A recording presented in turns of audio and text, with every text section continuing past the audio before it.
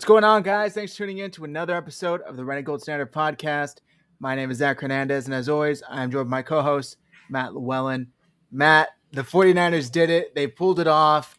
It's a Halloween miracle. They beat the Bears 33-22. What were your initial reactions? Listen, I only have one thing to say, okay?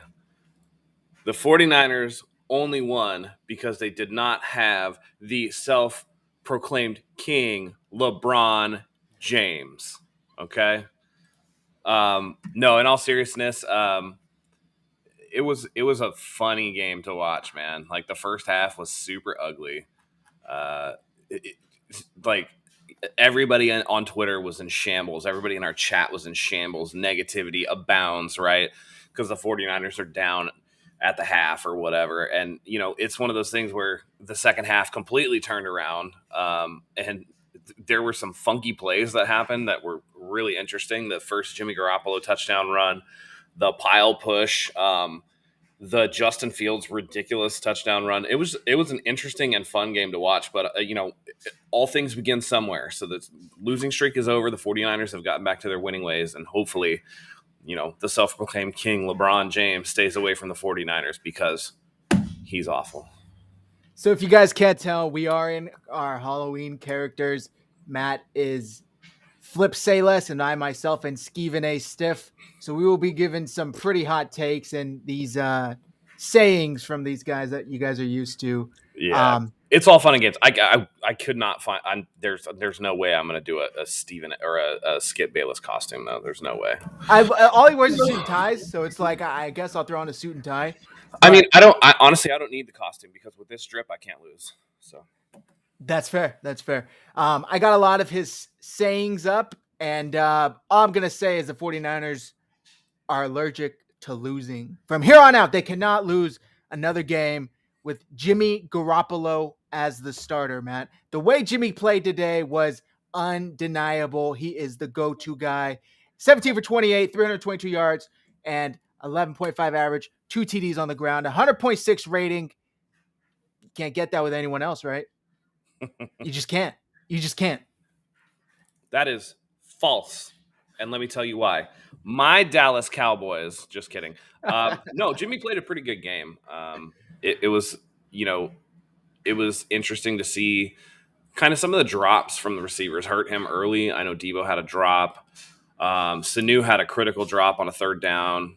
It wasn't a perfect half, but then it kind of seemed like it turned around with that deep ball that he threw to end the first half. I know he missed the next throw because Jimmy will give you something and then take something away, but it was a little bit different. And I could tell from the first series, if you look at the first couple plays they drew up, I mean, they went deep on the second play of the game. Kyle was drawing up some stuff that, normally we hadn't seen the last few weeks. So maybe Kyle's out of his funk and he's ready to go, but it was good to see, man. And, it was an awesome game.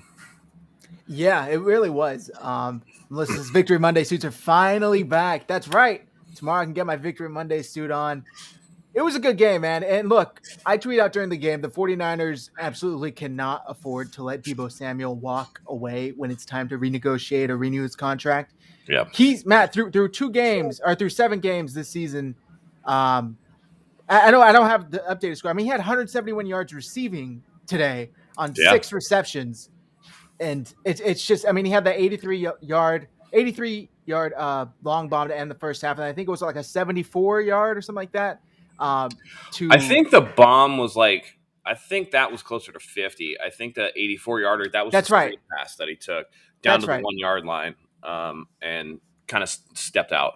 It looked like he was running out of gas. He was like, no, yo, I don't run this far. What's going on? So I don't know how they didn't catch up to him sooner, but he got it nonetheless. And I was really surprised because they came out right away and it was kind of iffy. I mean, they were going tit for tat, field goal for field goal.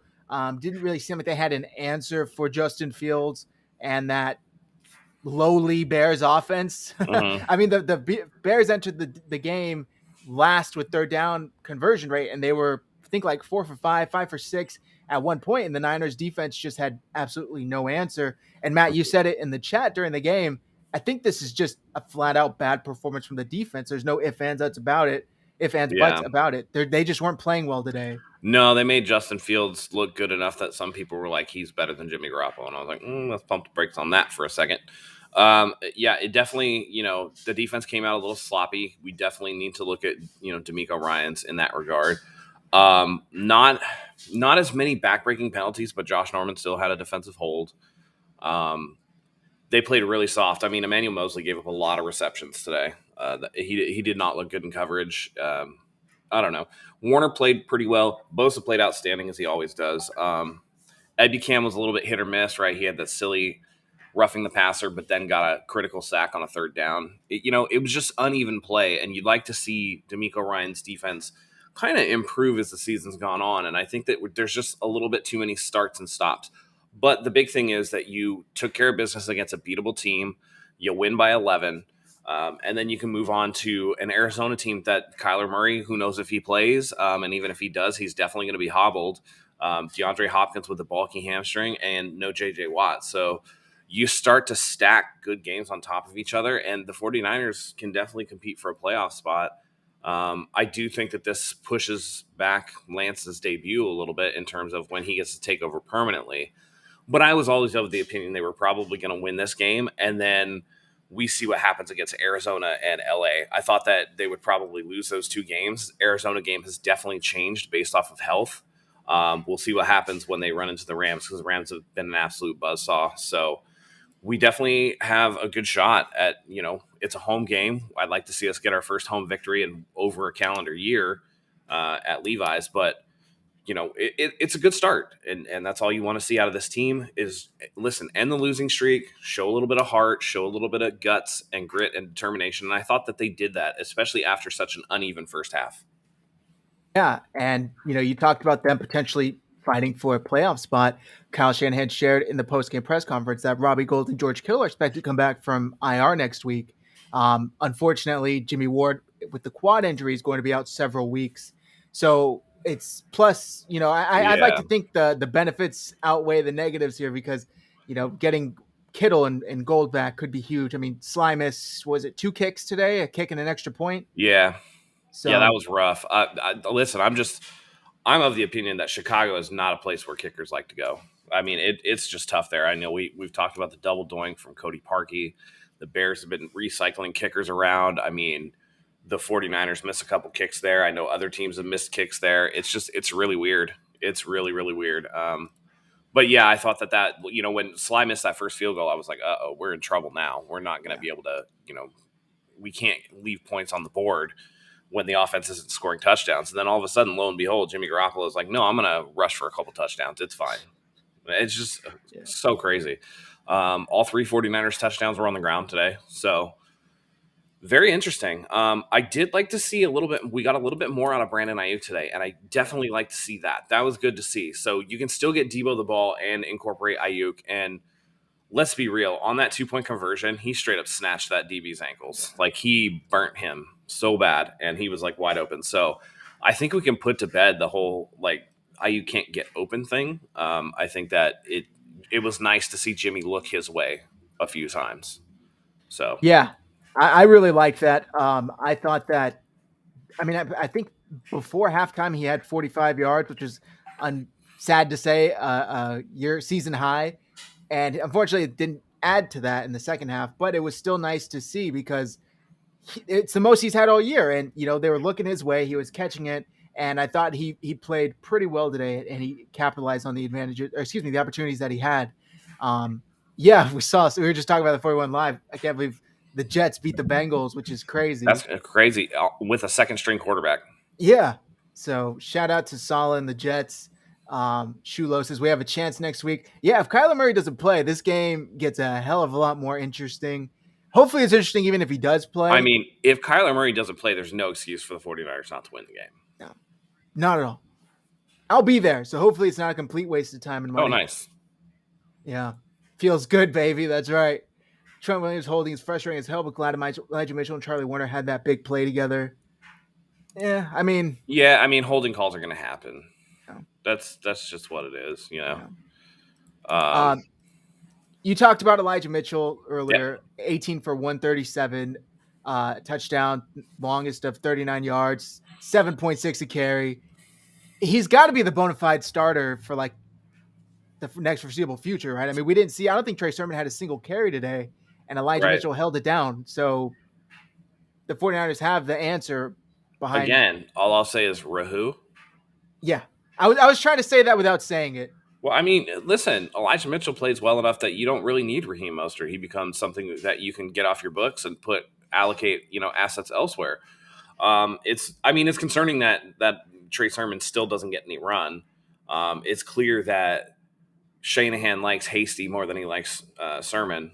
And you know what? Hasty had a nice play on that catch out of the backfield where he trucked the defender. So can't be too mad at it. I liked seeing it, and it was pretty cool either way. But yeah, Elijah Mitchell looked great today. I don't care what anybody says; he has excellent vision. Okay, he has excellent vision. I just think that the one area where I feel like this team struggles, and I think it's a schematic thing, is running between the tackles. I just don't think that Kyle schemes that up very well. They weren't able to do that. The way that they got their runs were to the outside. So.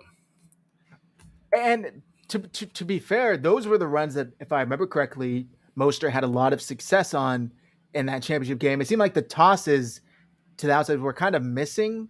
If I'm trying to think back, they called up a good amount, but I feel like today that was like their bread and butter. When they needed it, that's where they went to. And I tweeted out during the game too. It was like Elijah Mitchell is either good for like a 15-yard carry or he bumps into the back of the offensive lineman and goes down for a yard. I'd like to see him improve on that, but overall, as a rookie playing like his like seventh game, I think that's the scheme thing, though. He doesn't lose yards to the outside. He only loses them between the tackles, and I think that's the play calling. I think it's the design why that happens, because it wasn't just him. Every running back that we've had that runs between the tackles, that happens to. Whether it's Tevin Coleman, whether it's Matt Breida, whoever it was, you know what I mean? Like, they want to run that outside zone. That's just the way that they want to run it, and between the tackles just hasn't been good. Oh, unfortunately, Joey said here, wide zone play is always their go-to. Yep, exactly. A win is a win. Yeah, and it was an exciting win. Let's be honest, we haven't seen Jimmy air it out like that Yeah. in a long time. So it was nice to see. We all know he was from Chicago. 100, friends and family members at the game in attendance cheering for him. I'm glad he got the ball out. Kyle said he gave him the game ball and he gave another one to Mitch Wachowski's wife because she just gave birth. So congratulations to him. Yep. It looked early on though, Matt, like Justin Fields was going to have essentially a career day. I think he did end up having, but I mean, that doesn't say much, but I thought he was going to continue on with that. Were there some halftime adjustments made? Do you think that kind of stymied that? Absolutely. The defense came out much better in the second half, I thought, minus that crazy touchdown run. And, they did a good job overall after a slow start. So you definitely want to see those things. Those are the things that separate, teams who have the potential to be good versus teams that are just going to take up the bottom of the league. Being able to adjust in the right direction, seeing where they were going. Justin got a lot of mileage out of being able to scramble out of the pocket and take off down the field. And I think that was just a lot less in the second half. I know that Ebicam had a sack. Marcel Harris had a sack. There were multiple sacks in those circumstances. So overall, I thought it was really well done by the defense and the halftime adjustment. Yeah, I agree. It was impressive. By the way, if you guys are watching on Twitter, head over to our YouTube right now. We cannot see or interact with any of our comments on Twitter, youtube.com/49ers Hive. You'll see our live stream. Click in there, share your thoughts. We want to hear all your guys' opinions and takes. So come join us here as we break down this 49ers win. Ace for us says, I took the Jimmy jersey out of the trash today. Out of the trash today, yeah. That's hilarious. I mean, I had it on last Sunday night, and I showed you guys. I'm like, I'm wearing it. I'm rocking it. And then I took it off at halftime. But, yeah, he deserved to have some fans wear that jersey because he played well enough. Yeah, here we go. Joey, 819 yards, for Debo in 7 games. I mean, he's on pace for 1,700 yards basically. It's insane. I can't even really fathom it. Yeah, they put up the graphic. That's the most through 7 games in 49ers history, and he passed Jerry Rice to do that. So pretty outstanding when you look at it like that. So, and it makes it seem like he's going to be our first 1,000-yard receiver in, however long. I think 2014, 2013, something like that. Golden, yeah. Yeah, Anquan Bolden was the last to do it, but I mean, he's done that in 7 games, so he's on a real nice pace. You're looking at it like this, and he's on pace for what 18, 1900, receiving yards, and that's just outstanding to me. Yeah, it really is. And there's been a lot of talk as to whether players get better after getting with the 49ers, after being drafted or signed by the Niners. People were saying Debo is who he was his rookie year, and only injuries kind of prevented that. I'm going to actually disagree with that. I think we've seen Debo improve. What do you think? Do you think this is the Debo that he's always been, and it's only been injuries keeping him out, or has he gotten better? No, I definitely think that he's gotten better. With his route running, with his even just with his ability to stay healthy and kind of work off those things. I think he looks a lot more explosive this year. Um, and the way that they're calling plays puts him in a position to succeed. Where you don't always. I mean, I remember Debo's rookie year; they essentially ran him all on slants, like slant, slant, slant, slant, slant. Now they're having him run all of these different routes that he's capable of running, and it just opens up everything for him. The defense can't cheat because they're like Debo's going to run another slant because that's all they do or whatever. So I think he looks a lot better, and it's encouraging to see, and it just it it gives you hope for Ayuk that Ayuk is going to catch up at some point. Ian Sharp said, and he still dropped some balls he should catch. Yeah, I mean, T.O. did that too, but T.O. was fantastic. Like, what he gives you, yeah, those drops are frustrating. And technically he had 2, but really it was 1. The second was behind him.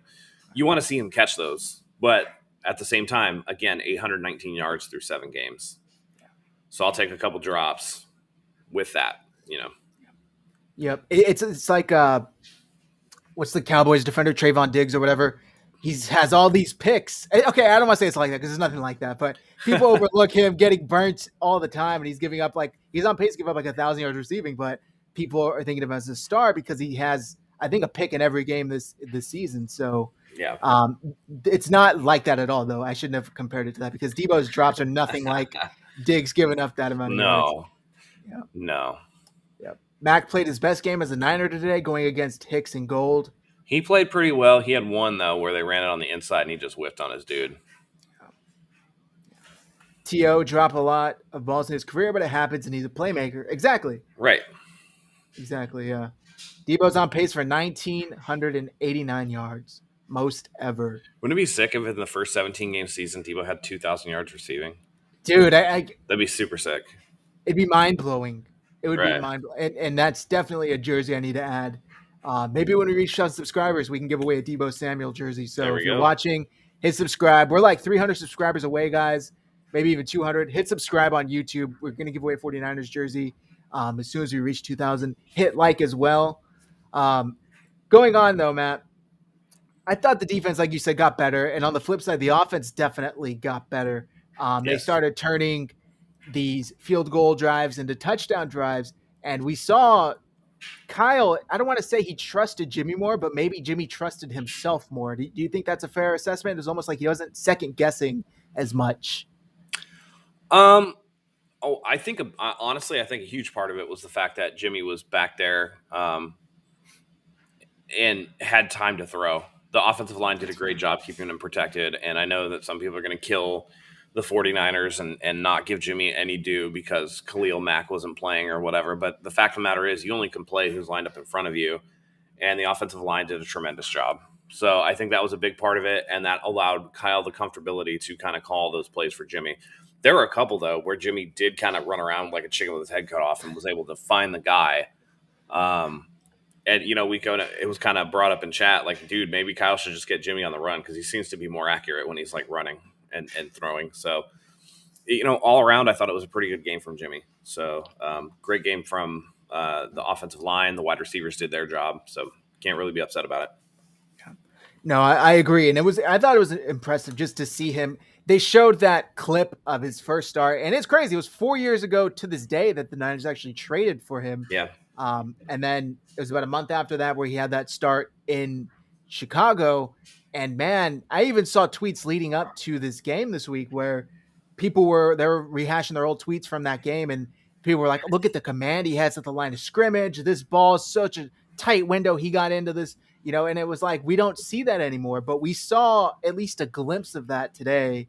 And it Yeah. was nice to see because Jimmy has been taking some on the chin like all season long, and not wrongfully so. He's deserved all of the kind of I don't want to say bashing, but negative attention he's got because his play has not been up to par.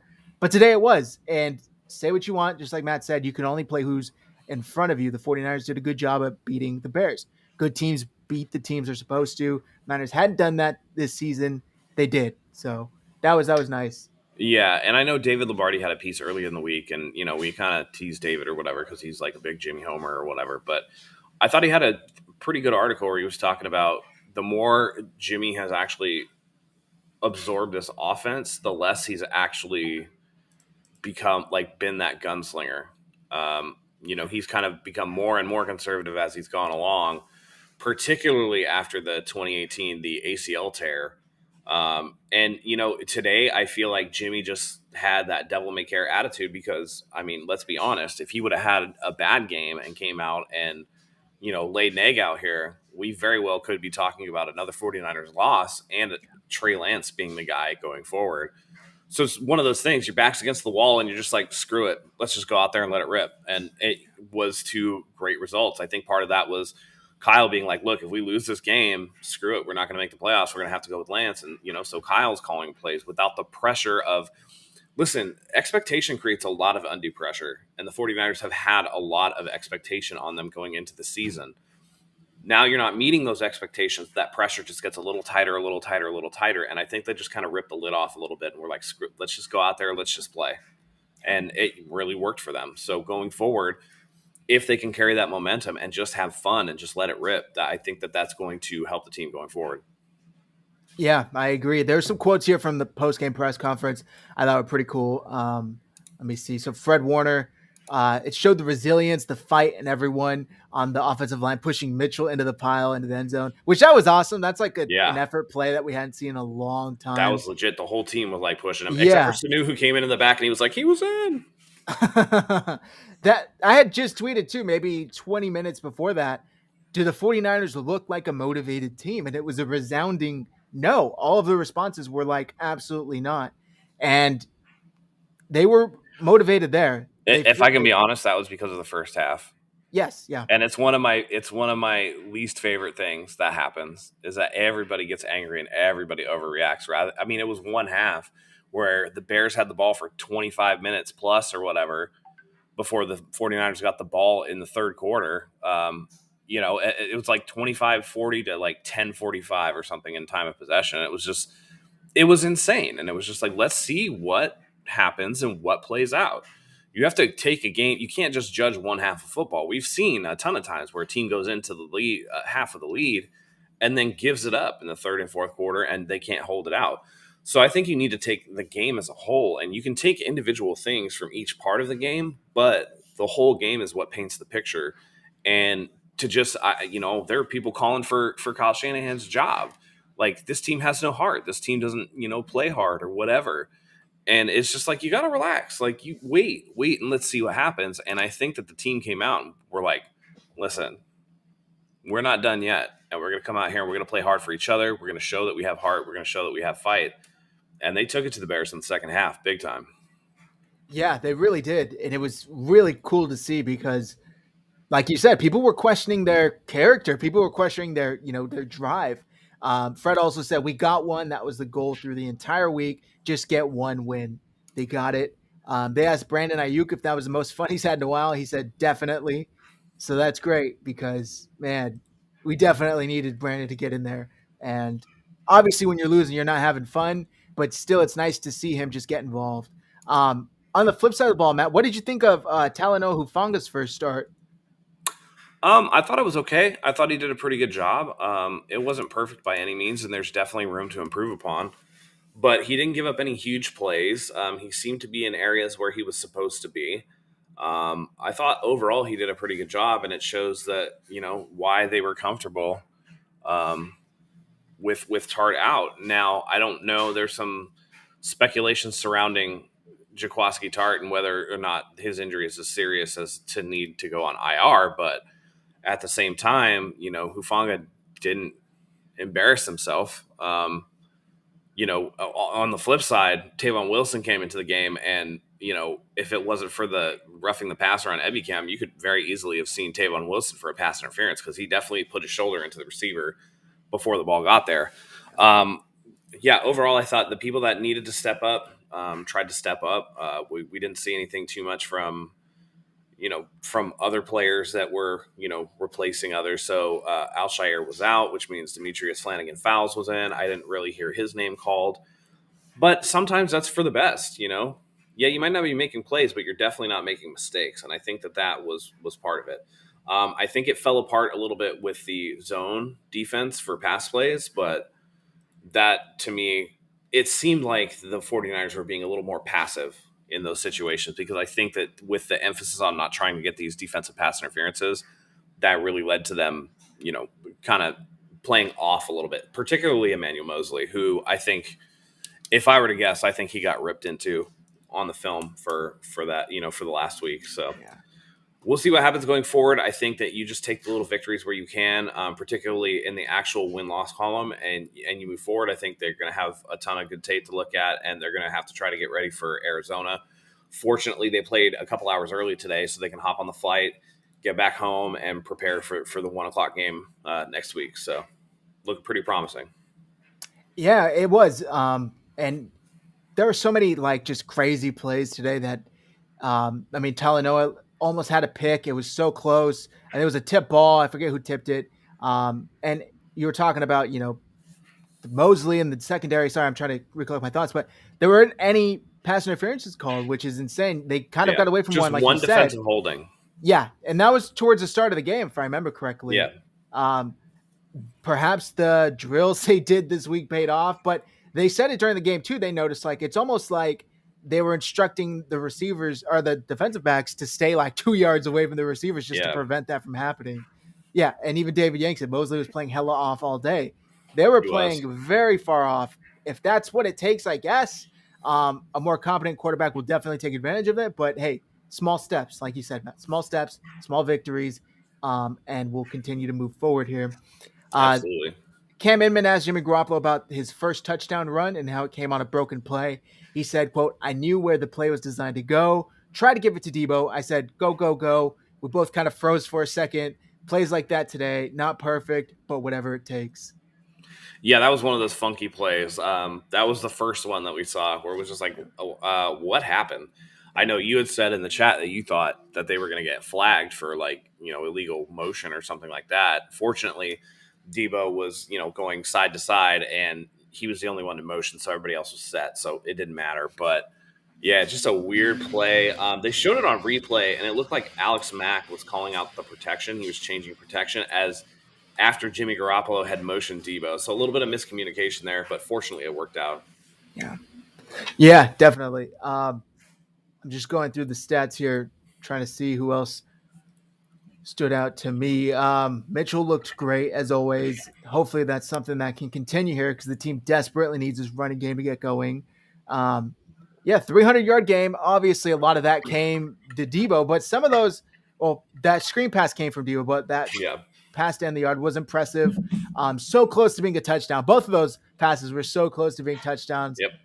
The second one, Debo stepped out just at the one or something like that. Yeah, it was at the one. Yeah. I mean, he was tackled at the one on the first one as well, or tackled at the two. So both inside the 5. Good plays overall. I thought it was pretty good. Pretty good. Do you think, and I know it's getting ahead of ourselves, a beat-up Bears team with other head coach, does this at least get the 49ers in position to get Kyle Shanahan out of that rut?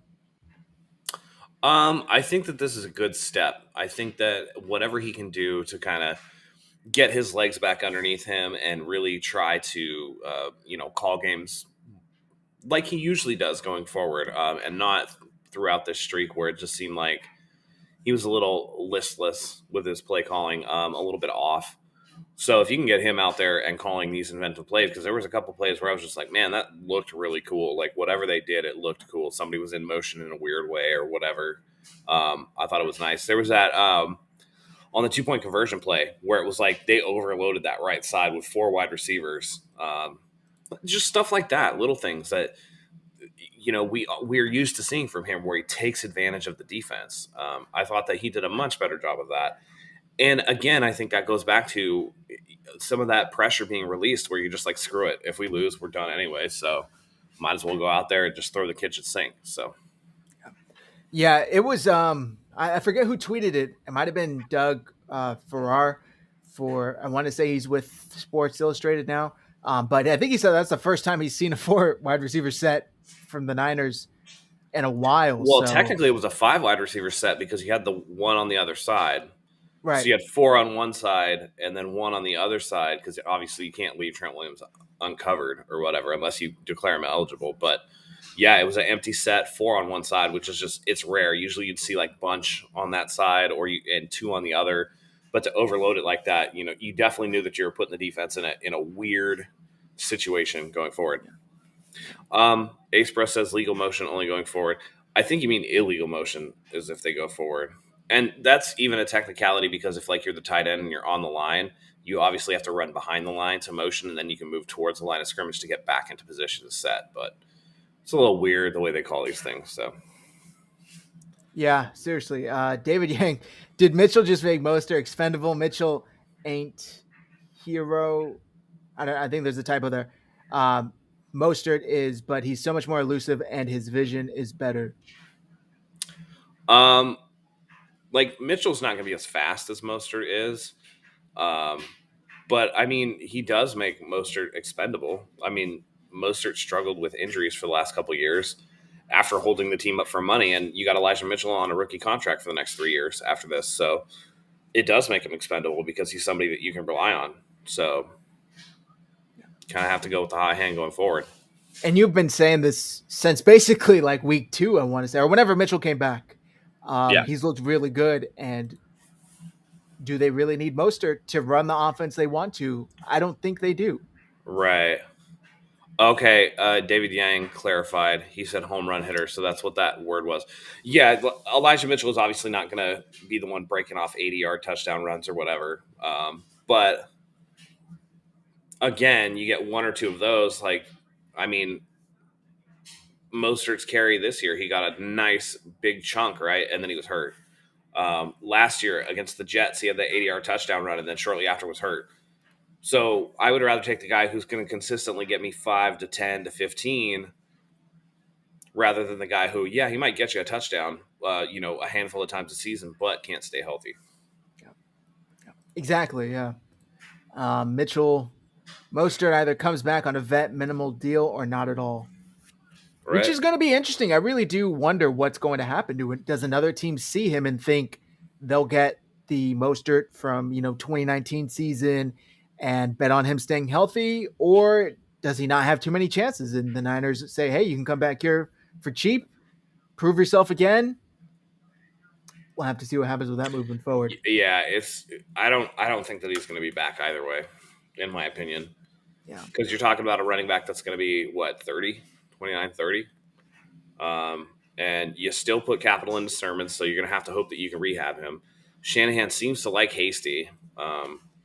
And then you still have Jeff Wilson, which, like, I think the fan base likes Jeff Wilson more than I do, simply for that one play that he caught on the 0 blitz and the fact that he can run touchdowns in from the 1.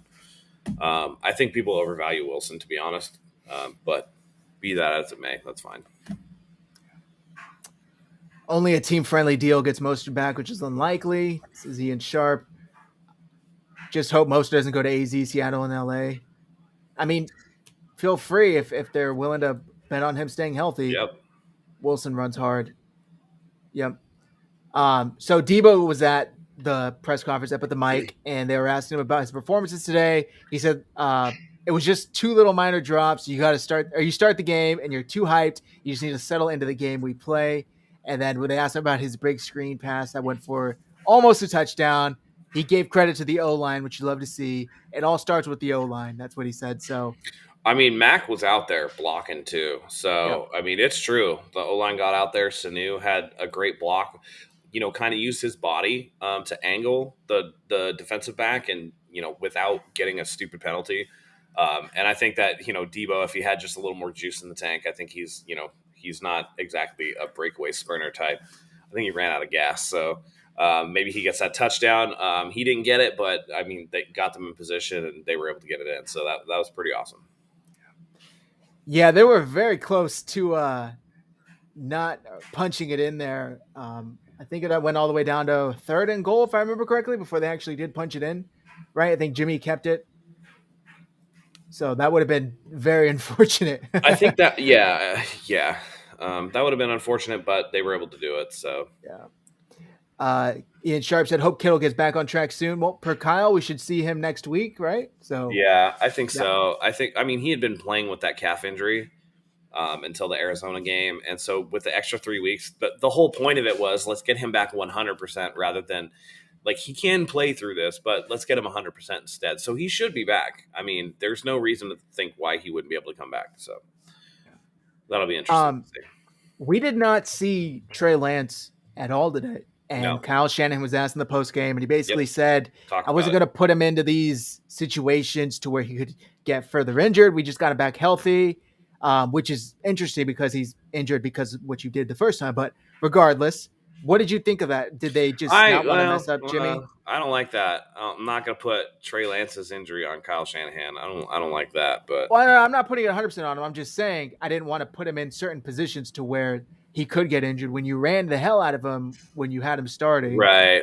But then you also watched Trey Lance, who is allergic to sliding, apparently. So yeah, we saw it out of Justin Fields today. Justin Fields knows how to slide. Fantastic slider. Right. Elite slider. I mean, dude, he was sliding and then popped up like he's doing pop-up slides. I'm like, wow, dude, are you a baseball player or what? But no, I mean, part of that is Lance needs to be aware that, hey, man, this is the NFL. Every dude is an elite athlete. You got to slide. Because you can run him 16 times if he's not getting hit and he's sliding, and it doesn't matter. He's going to be fine. He took some unnecessary hits. And it's been a couple of the rookies that have been like that too. I remember the last preseason game where Trevor Lawrence on a 3rd down went crazy and like got hit, and people were like, dude, you got to get down. And he was like, yeah, it was like 4th down. We were trying to make the play. And I'm like, dude, it's preseason. So just a situational awareness, but I think that's going to come with time and with coaching. So I think that Lance can do it. I hesitate to put an injury on a coach. The whole purpose of Lance being an athlete is so that you can run him. And then you look at people like Lamar Jackson, who runs all the time and doesn't always get hurt. So that's where I kind of disagree. But I understand the sentiment. And I actually do agree with Kyle. Like, why put him out there if you don't need him? And I don't think that they needed him at all. Particularly with Jimmy. Jimmy looked pretty spry on that RPO. Like, he got there. So yeah, he did. 2 rushing touchdowns today, which is crazy, but credit. So Wano Matthews says he was on the baseball team at UGA. So Justin Fields. So he knows how to slide. Yep. Yeah. Trey Lance needs to take a page out of his book for that because can't risk any further injuries there taking these hits when you can just get down, man. I think particularly in this new day and age, and I don't know if they have people like this, but I think your quarterback coach or, some athletic trainer on the team, right? You need to take, especially mobile quarterbacks, take them through a sliding drill where you teach them how to slide properly and you have them practice it. Yep. I think that would be really good for those guys to be able to do that. That way they're not, that instinct kicks in and they're not diving forward. They're like, oh, I've drilled this slide so many times, I know how to slide. Yeah. Murray's a good slider as well. Yep. Murray does that thing where he acts like he's not going to slide to try and draw the penalty once he does slide. And it's so infuriating to watch. Yeah. I mean, it doesn't help that he's 3'8" and so close to the ground already. Yeah. It's a quick bend down and he's sliding. Happy they called holding calls finally, says Acebra. Yeah. The defense was still committing some pretty dumb penalties. You talked about Ebicom's roughing the passer earlier. Yeah. Just a couple of hands to the face, stuff like that. But, oh, well. You know what I actually think was not a good, but a huge moment that shifted the momentum of this game, too, was when Herbert got injured for Chicago. They were having a lot of success on the ground with Khalil Herbert, and then he took that knee to the helmet from Arden Key, and he never re-entered the game. He did re-enter the game, actually. Yeah. Oh, he did? Oh, okay. Yeah, he did. I think actually what happened, on the replay, because he didn't get hit that hard in the helmet, but, Ebicam kept going through, and it looked like he pushed his neck to the side. And I saw originally on the ground, when he was laying on the ground, I saw him, flexing his hand. So I think he got, a stinger just because his neck got torqued. But he missed some time, and definitely at that point, the 49ers were able to change momentum and get the win, and it kind of forced the Bears to almost have to pass against themselves. So, I definitely do think that was a game changer for sure, though, because Khalil Herbert had a pretty good game up to that point. So, Yeah. yeah, I just think that the 49ers started to ball hawk a little more, whether it was, Josh Norman forcing a fumble or, getting a pick later on. Um, it's one of those things we talked about it with Josh Norman. He's either going to get a penalty or force a fumble. And that's like his whole, at this stage in his career, that's what he is now. He's either a penalty or a forced fumble. So you got to take the good with the bad. But I think that, the team, again, if you can win the turnover battle, then that's one of the biggest indicators of wins and losses is turnover differential. And it's good to see the defense in back-to-back games getting turnovers. That's something that I like to see, because between week 1 and last week they didn't get any. So it's good to see that they're finally getting after the ball a little bit.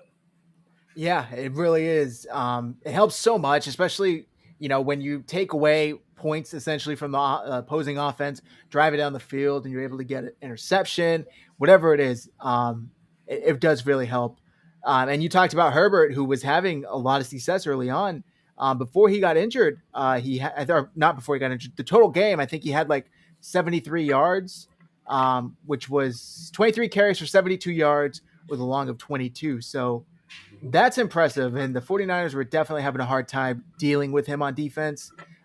His injury totally changed the pace of this game. Yeah. I think there were a couple plays where they did well, though. I remember on a screen pass, K1 came up and Yeah. blew it up. Yeah. And then there was another one to the outside where Bosa just shucked his man and was able to bring him down for a loss. Bosa, again, another solid game, man, where he's just getting double teamed and held and this and this and that, but he was still able to come away with a sack and that tackle for loss and kind of be in there on plays. I know there was one play where Fields got away from him. He slid to the ground, immediately popped back up, and was able to run after Fields. Didn't get him, but it just shows the backside hustle that Bosa has. And that's, honestly, he's right up there. Fred Warner's the leader of the defense, but damn if Bosa isn't the biggest hustler on that defense. Oh yeah, definitely. There were a couple comments. I know, speaking about the offense real quick, that Kyle Shanahan was asked about Brandon Ayuk and his performance. And this is the first time, it seems like this season, Matt, that he's talked positively about Brandon Ayuk. And he said he gives him big props. He noted that he had a good week of practice and gave the offense confidence going into the game. And it was his best game of the year, per Kyle. So hopefully they can turn this into something, continuing into next week and build on it, because they definitely need him involved in this offense. Oh, for sure. For sure. I think that Ayuk is starting to come out of that funk, that sophomore slump a little bit. And it could have just been that it took him to, from the beginning of training camp to this point, really, because Kyle brought this up last week, and I don't think that a lot of people picked up on it, even though I kind of did. Somebody asked him if Brandon Ayuk putting on that weight might have sapped some of his ability to separate and get open. And so when you have that, you kind of have to, you can't just not eat, right? You can't just not, commit to being in a nutritive state because you have a job to do. I think that he finally was able to recomp in a way where he is explosive. He looked really explosive today. He caught a couple passes. He caught a slant. He caught the 2-point conversion. He looked like he was getting open. And so you wonder if it just took a little time for him to drop some of that extra muscle that he put on. And that's allowed him to get a little bit quicker and feel a little more comfortable. And just the lessons that you learn when you go through adversity and come out on the other side. Those things are all very important. So if Brandon can come out of that and really contribute in the second half of the season, it's going to be pretty outstanding, because with Debo and then George Kittle coming back, now all of a sudden you've got all these weapons on offense. Again, this year, the offensive line pass blocking has been pretty damn good. So you're looking at an offense that could definitely pick up. I just think that you definitely look at this team going forward, whether it's with Jimmy or with Lance. And I think for now it's going to be Jimmy. The playmakers are there. So you're not going to have any excuse to not score these points. But it was really, really good to see him out there. And I'm glad that at least it looks like he's starting to claw his way out of Kyle Shanahan's doghouse a little bit. Yep, exactly. Wano said BA cooked that dude on the 2-point conversion. That's what you said earlier, Matt. Hooked him. Yeah. Yeah. Absolutely broke his ankle, snatched his ankles up. You love to see it. Yep. Marcel Harris is terrible. He had a sack today. He was all right. Yeah. But to be fair to Marcel Harris, he's learning a new position. He transitioned from safety to linebacker. That's going to take time. He's asked to be stepping in for, Azeez Al-Shaair, and already kind of taking over a little bit for Dre Greenlaw, who's been out. You just worry about that stuff, and you just hope you can get him back. And have him learn the position and just kind of hold down the fort until you get some of those injuries out of the way. Wano says hamstring injury isn't a hamstring injury for a sprinter isn't a 1 or 2 week injury. That thing can linger for an entire season. For Brandon Ayuk, I believe. Yeah, he had the hamstring last year before week 1 as well. I think that's why he missed week 1. Yeah, but I mean, he came out of that and had a pretty good season. So yeah. 3 number 1 options for the second half of the season, says Joey. Kittle, Ayuk, and Debo. That's pretty good. They need to get Kittle a damn touchdown. He hasn't caught a touchdown since October 18th of 2020. It's been over a calendar year. It's like, get this man a touchdown. Fans see him as a red zone threat. He hasn't been a red zone. I know he's missed some time. I don't think, honestly, I don't find Kittle to be a red zone threat, to be honest. That's fair because I think he does his best work outside of the 20s, and he gets touchdowns from further away. Yep. I don't know. I think it gets crowded down there, and I think he does his best work in space. I agree. Yeah. Do we have an update on Dre Greenlaw? I know he had the core muscle surgery. He's supposed to 6 to 8 weeks was the timeline, and that was back in September. So it should. I feel like it should be within the next few weeks. We should be talking about Dre Greenlaw coming back. Yeah, I don't see that he was mentioned at all. I know that somebody asked. Yeah. According to Jennifer Lee Chan, back on September 18th, they placed him on IR, and he was expected to miss 6 to 8 weeks after undergoing core muscle surgery. Well, yeah. So that was after week 1. We're at week 7 now, which means that's the 6 weeks mark. Hopefully within the next couple of weeks. I mean, if we maybe he's back for the Rams game, maybe he comes back maybe after that Jacksonville. It'd be interesting to see. It would, yeah. And look, Azeez Al-Shaair has looked really good, but Dre Greenlaw, having him there and having that extra depth just helps that much more. So hopefully, I think today was an illustration. We can talk about Marcel Harris. We can talk about some of the other guys too. Tackling was a bit shoddy today, and that's one thing that we know Dre Greenlaw does is tackle. So Warner did his usual great job tackling. Bosa did his usual great job tackling. I think some of the other guys needed some work, and people were able to get away from him a little bit. Yeah, there was a couple of plays in a row where they whiffed on tackles. Like, what was that? What year did Chip Kelly coach his team? 2015, 2016? In the dark ages. Yeah, I got complete flashbacks to then when this team could not tackle to save their lives. There was one play where Khalil Herbert broke 3 tackles on one play. It's like, dude, did you guys forget how to tackle by learning not how to commit pass interference on defense? Like, their brain can only hold one thing at a time. It's like, come on, man. Joey, so he shares some of Kittle's touchdown. Career, he has 7 touchdowns inside the 10 and 7 from outside. So he's exactly even. 50-50. Okay, well, I stand corrected. It just seems like he does better work in open space. We've seen it so many times. Yeah, I agree. We're going to say a quick thank you to our sponsors and then get into our final thoughts here, guys. I want to say a quick thanks to MyBookie. Head over to MyBookie right now. Let me pull up this screen so you guys can see everything they got going on. Let me change this here. Oh, I know what I got to do. We're still getting used to this new streaming software. Bear with us. There we go.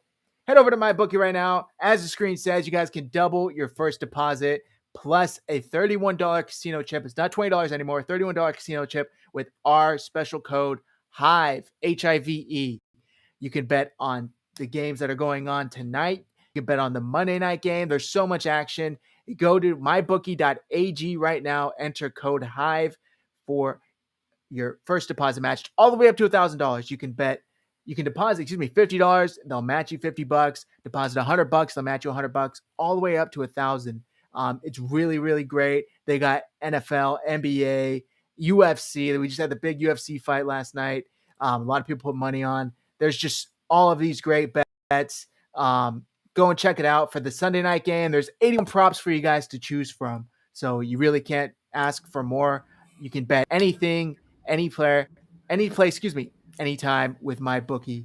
Shout out to MyBookie. Next, I want to give a quick By the way, thank you. real quick, speaking of prop bets, man, if somebody had made the prop bet that Jimmy Garoppolo would have had the most rushing touchdowns in that game, would have been a pretty bet.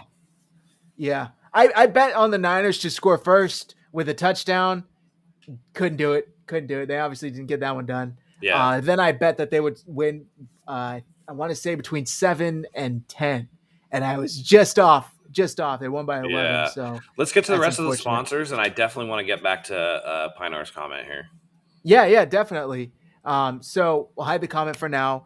Next, we got Acre Gold, guys. Click the link in the description for Acre Gold. Matt calls it our gold stamp. Stamp it up. 2.5 grams of gold.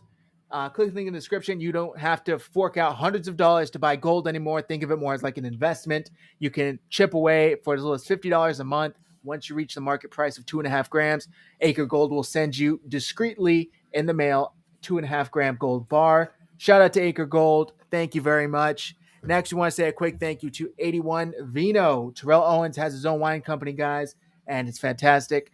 Go to 81vino.com and buy 81 by Terrell Owens. Enter code Hive for 15% off, 10% off your entire purchase. Free shipping on 2 or more bottles. 81vino.com, code Hive. And last, we got to plug our merch, guys. We just unleashed our new Debo Samuel merch a couple weeks ago. Riding on that bike like Friday. Go check that out. We got this Trey Lance print behind me available in clothes, prints, you know it. Shop49ershive.com, code RGS15, as in Red Gold Standard 15, to get 15% off your entire purchase on our merch. Thank you to our sponsors, guys. Go support them because they support us.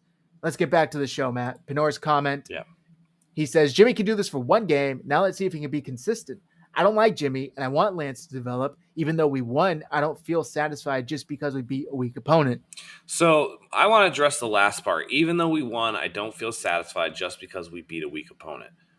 All that counts is wins and losses, man. And this is this is not something that I would encourage. Like, take the victory. It was an 11-point win on the road in an early time slot. And yes, the Bears are not a great opponent, but the 49ers did exactly what they were supposed to do. They beat a weak opponent. And that's what they've done this year. I mean, their losses have not been great, but at the same time, their losses have at least been to pretty good teams. Yeah. You're talking about the Cardinals. You're talking about the Packers. You're talking about Indy, who they're not the best team in the world, but they gave Tennessee everything they could handle today. And so you look at that and you take that into account. I mean, they lose to Seattle, and Seattle's in a down year, whatever. But again, it's not like they've been blown out in any of their losses. Just you do the best that you can, and you beat the teams that you're supposed to beat. That's all you can do. But to not be, you should be satisfied. The 49ers won today. Okay, it's not the Super Bowl. Okay, and that's fine. But take joy out of the little things. Otherwise, what's the point in watching sports if you're not going to be able to enjoy the little things? So I get where you're coming from, and we want to see if Jimmy can be consistent. But absolutely, man, just enjoy it, drink it up. It's victory. You don't have to go into work pissed off tomorrow that the 49ers lost. You get to be happy for once, and you should take advantage of it. I think everybody should. Not only that, but after 5 weeks of losses, you can at least soak it in for a little bit before we start talking about what they could have done or what they will do next and worrying about that. Let's just enjoy it. Yeah, I think the most telling thing was that everybody was so loud on Twitter and, in various areas or whatever, so loud with the negativity, like almost like they were just happy to be outraged. And then when the 49ers turned it around and played a second half, it was just like chirp, chirp, chirp, like silence. And I would never want to be a fan that way. That's just not how I'm built. But I would rather enjoy the team when they win. And it sucks when they lose. But I'm going to take the win. I'm going to enjoy the win. You know, Yeah, definitely. I mean, my buddy's a Bears fan, so I get to rub it in a little bit. But overall, I mean, again, a win is a win. So you take what you can get. Now the 49ers are 3-4. That gets us right back into, you know, that last wild card spot in the hunt. And you go forward from there. And again, you take 1 week and you try to stack on top of it. So the 49ers can kind of, you know, do that. So. Yep. So, yeah, looking forward, Matt, obviously this does not change anything quarterback-wise. It looks like it just maintains the status quo. And you talked about it a bit ago. You said you were all pretty much set on Kyle's going to stick with Jimmy regardless of or unless there's an injury that happens and he's not able to stick or with if they lose to the point where they're out of the playoffs. Right. If they're losing maybe close games or winning the games they should win, Jimmy's going to remain the starter in my mind. And that's not to say that I don't think, like, if I had my druthers, I don't think the 49ers are really going anywhere. So I would want to play Trey Lance just for the development aspect. So I get what he's saying about, you know, the thing is that can be true. And at the same time, you can also enjoy that the team won. Yeah. And that stuff will shake out how it's supposed to shake out. But we can't just sit there and not enjoy a win because we're like, well, crap, now Trey Lance is going to play for the next week. That's not really, I don't know. To me, it's just a really odd way to kind of think about things. I would rather be happy about the win. Yeah, I hear you. And look, guys, the time will come. The time will come where Trey Lance will be the bona fide starter of the San Francisco 49ers, and we'll look back on this season and laugh at how we stressed about it and wondered when the heck were they going to put him in? When were they going to make the change? They will make the change. I guarantee you it's just a matter of when. It's not if, it's when. So hang in there. Once you don't see Jimmy Garoppolo in there anymore, you're not going to see him ever again here. So let's just roll with what the 49ers got going on, at least while it's going well. They just snapped a 4-game, 5-week losing streak. So let's just enjoy it. Let's just enjoy it before we – and look, moving on with Jimmy, they will face a likely Kyler Murray less Arizona Cardinals, J.J. Watt less Arizona Cardinals.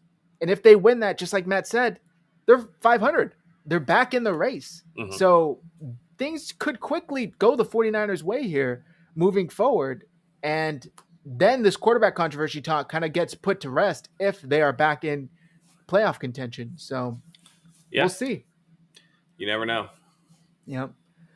With all that said, though, I think that's going to do it, Matt. Do you have any final thoughts you wanted to share here? I just thought it was a great game overall. Game ball for me, Elijah Mitchell on the offense. I still think Nick Bosa on the defense. I think that he just week in, week out just hustles his ass off.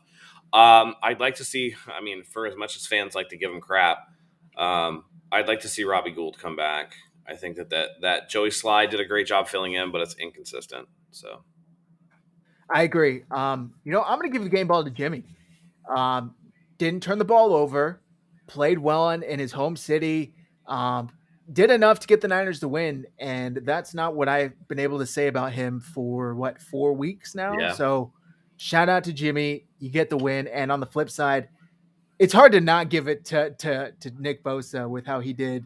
Right. But I'll give it a Fred, even though it wasn't maybe statistically or even visually the Fred that we've all grown used to seeing. I think leadership, we saw him step up as a leader, and that was huge. That was huge for the team. We saw him before the game, huddling up, their mini huddle, and he was getting the guys riled up, getting them ready to go. So Jimmy and Fred, those are my game balls.